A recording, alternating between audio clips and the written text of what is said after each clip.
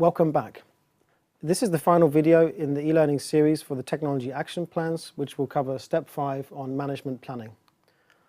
As with the other steps in the e-learning, this presentation is based on a chapter or reflects a chapter in the revised guidance note published in May 2016.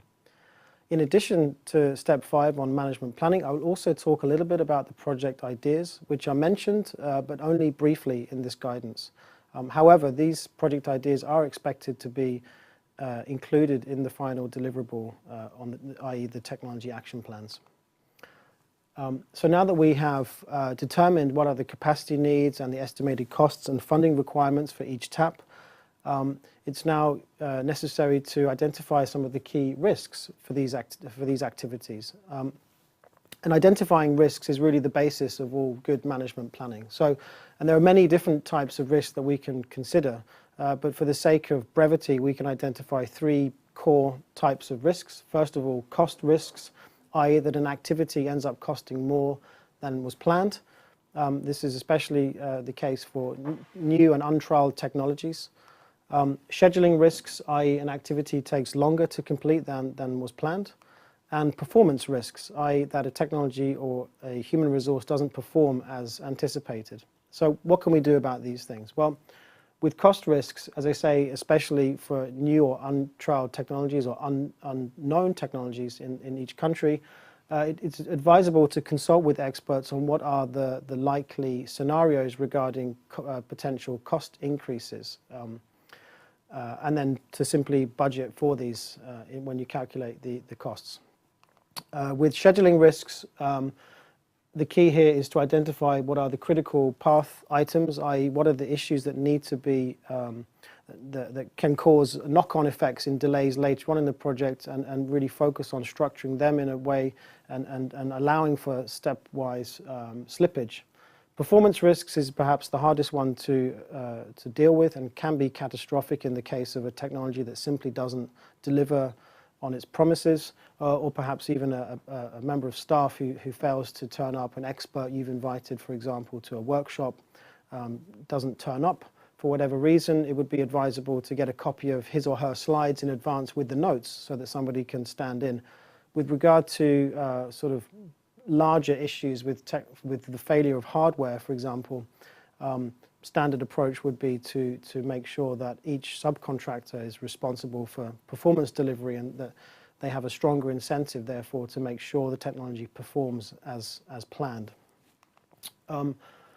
So once we've identified those risks, we can plug them into the TAP summary table, which is basically the overall template. Here we've taken one example technology of rainwater harvesting, where the ambition here is to roll out 250,000 units over a 10-year period, and focusing here just on one of the actions detailed in the TAP. The action here is to remove the economic and financial barriers. Okay, that's a basic one. So the activity is to provide a financial incentive in the form of a soft loan to household consumers to cover at least 50% of the purchase price. So again, very straightforward activity to realize that action. They have identified a source of funding for this, a responsible organization, a 10-year time frame, and here for this activity, the key risk in providing this kind of soft loan incentive is that consumers or providers become dependent on this subsidy. And so it would be wise to have a plan for phasing out this subsidy over a 5-year period, for example. With regard to basic success criteria, we can say that after 10 years, we would like at least 70% of the target group to be using this technology as intended. So that's one way of seeing whether we've succeeded. And indicators for monitoring the implementation of this technology, first of all, simply the number of units sold would be an obvious one. And secondly, measuring the consumption of piped water in this case, which would presumably be offset by the use of rainwater harvesting. So in other words, measuring the reduction in demand against the technological baseline of piped water. So this is some risks, success criteria and indicators of monitoring implementation, and with this all filled out, we've basically covered all the elements of a technology action plan. So we'll now move on to discuss the project ideas. These could also be called project concepts. And depending on the scope of each TAP, either one action, activity, or a set of activities could be the basis of a project idea in support of a broader TAP. That's how to look at this. It's not the idea is not to provide come up with bankable projects, there has been some confusion about that. So the idea is something that can be developed, inspired by, but in support of a TAP. So here, for example, a project idea to design incentives for investment in grid-connected solar PV, addressing a number of interventions which could include tax exemptions, targeted subsidies, the provision of support to establish local production, test stations if required, and perhaps collaboration with foreign research partners.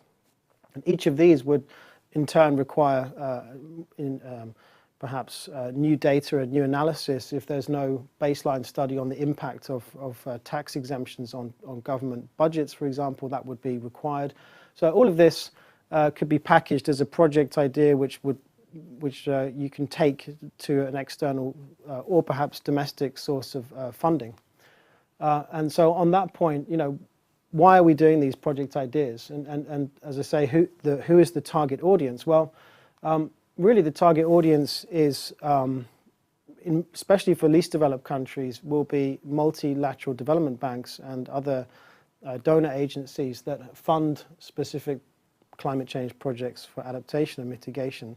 And to repeat the point that we're not trying to develop full project proposals, but rather flag up the areas where you want to go forward. And then it's for these donors and investors who would then commission full feasibility studies. So the format should be relatively short and sweet to attract interest from these potential funders.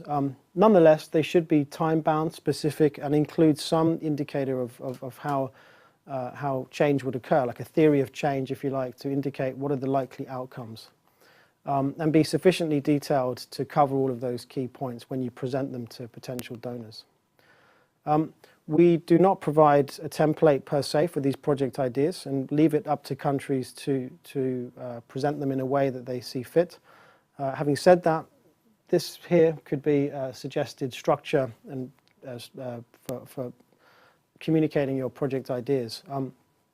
But one reason for not providing a template is because when you approach a donor agency or external funder, most likely they will have their own templates or demands, and it makes sense to obviously tailor your funding application to that source. And UDP will be providing further guidance on how to develop project ideas later in 2016 with a particular focus on the financing side.